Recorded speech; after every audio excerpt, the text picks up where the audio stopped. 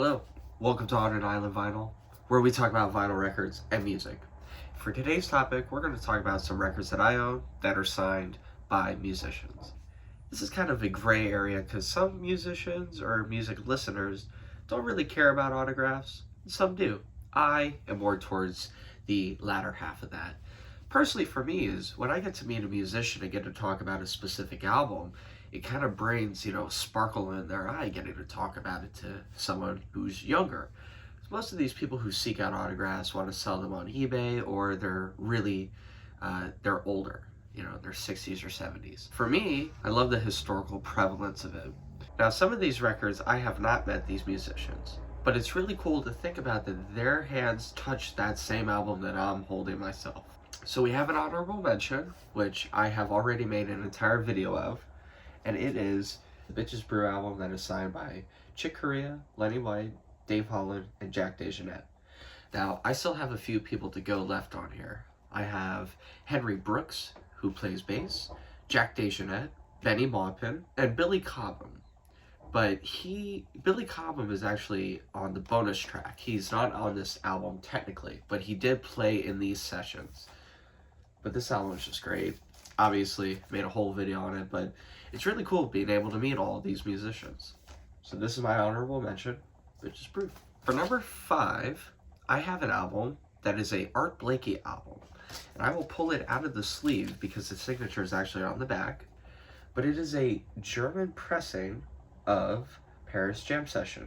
On here, we have a few people. We have Bud Powell on piano, Wayne Shorter on sax, Walter Davis Jr. on piano, Jimmy Merritt on bass, Art Blakey on drums, and Lee Morgan on trumpet. The back cover is really cool.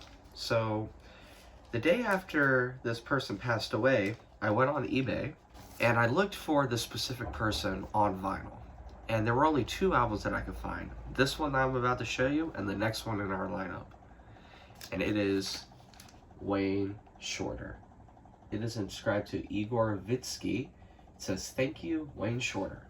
And it is such a cool autograph, especially since it's the full entire signature and it was signed when he was much younger in his life. Later on, when musicians sign stuff, sometimes their hands shake or they're just really quick with it. But this Wayne Shorter is just an amazing autograph. The record itself sounds really great, and for a German press, actually I think it's a French press, but for a French press, this record is near mint. I mean, it is just a shiner, and it just sounds amazing. This album, in general, is just burning throughout the whole time. I consider it to be a solid 7, 8 out of 10. So that's the first one, Paris Jam Session, Art Blakey. For number 4, we have Manchild, signed by Herbie Hancock and Wayne Shorter. Same deal with the last one, where I went on eBay and I looked to see which records were available after Wayne Shorter had passed away, and this was another one that I saw. This is a New Zealand press, which sounds fantastic. For some reason, they didn't do a lot of these pressings, and I'm perplexed because it actually sounds really tight, really good bass, good mids, great highs. Now, the US press does sound good, but I just wonder why they haven't released more of the New Zealand press. Sometimes foreign presses sound better than the actual US or even the UK presses when they came out at the same time, right? Sometimes foreign presses come out a few months later or even a few years later, but still, nonetheless, fantastic album. For our number 3 spot, we have Maiden Voyage, signed by Herbie Hancock, George Coleman, and Ron Carter. I got to meet both George and Ron. Have not met Herbie Hancock yet, so I got this album off of eBay, pre-signed already with Herbie. Now, when I got to meet George Coleman, his eyes lit up about talking about this album. And quite honestly, I don't blame him, because it's a fantastic Blue Note. Top 10 for sure in my book of top 10 Blue Notes. He got to talk about the session a little bit, saying how relaxed and laid back it was, how Freddie was just so chill and down to earth on that session, and Freddie Hubbard did a lot of cocaine, especially throughout his whole life. So for him to actually be like, man, Freddie was super chill. I mean, this is also coming from George Coleman, who ordered a vodka double on the rocks with a splash of OJ. When I saw him, I overheard him ordering that, which I thought was funny. but still it's such a cool album to have, especially with 3 out of the 5 members, and really with only 3 still remaining alive, Freddie and Tony having passed away since then. It's still a very cool album to own. And this is a 75-year Blue Note reissue series. Sounds great. Now for number 2, this album is quite a good bebop album. It's quite recognizable, especially for Charlie Parker fans, but also for Dizzy Gillespie fans. And that is Groovin' High with Dizzy Gillespie and Charlie Parker. And on the back, we have Milt Jackson, Dizzy Gillespie, Sonny Stitt, Ray Brown, Kenny Clark, and Slam Stewart. And this album is crazy to own, especially with all of these people on here. I always found it funny how Milt Jackson signed this corner right up here and didn't really put his name right where all these musicians were. And this is a French press that, and you can always tell because the covers usually have this little fold here, and they're not made of the best quality, which still does not mean that they're bad presses, just the covers aren't the best. But as for this record, it is just a very good, very, very laid back, beboppy type of album. I would recommend listening to it.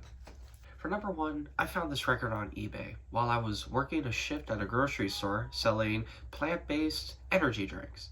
And as I was selling to customers, I was frantically looking at my phone seeing if I'd win this. And a bit of a backstory. The seller's dad had passed away in the 80s, and he went to a bunch of concerts in the 60s and 70s. And this record in particular, he got to meet 5 out of the 7 people when the 5 of them were doing a gig together. One of the players that he didn't get to sign was touring on piano and just doing his own thing. He wasn't part of that group anymore. The other one had recently passed away in 1964, and he got to see this group in about 1967, 1968, right around there. That's the information I got. This is an impulse release of Oliver Nelson's Blues and the Abstract Truth. Now on the back here, it's very hard to see, but you have Freddie Hubbard, you have George Borrow, Oliver Nelson, you have Roy Haynes, who just passed away, and in this teeny little corner here you have Paul frickin' Chambers, the bass player off of Kinda Blue. Now, I wrote another shrink with Sharpie so you guys could see it a little bit better. But this is legit. And I have not seen another example of Paul Chambers' signature on any piece of any vinyl, paper, nothing. And he passed away in 1969 from tuberculosis, and he really was gone too soon. I think he was 33, and just an amazing musician. But really, top tier, top level musicians all across the board. 2 musicians who I mentioned here that are not on here are Bill Evans and Eric Dolphy. Eric Dolphy passed away in 1964 from an apparent diabetic episode, untreated, and Bill Evans was just touring doing his own thing. But this is just an incredible piece of history to own, and it's probably one of the rarest records I own. So this has been On an Island Vinyl. I really hope you enjoyed this video. It was short, sweet, to the point. I just wanted to make a quick little video, nothing too long, because the last video was like 18 minutes, so I really wanted to spice things up. Anywho, I hope you liked this video. Please like and subscribe, and peace.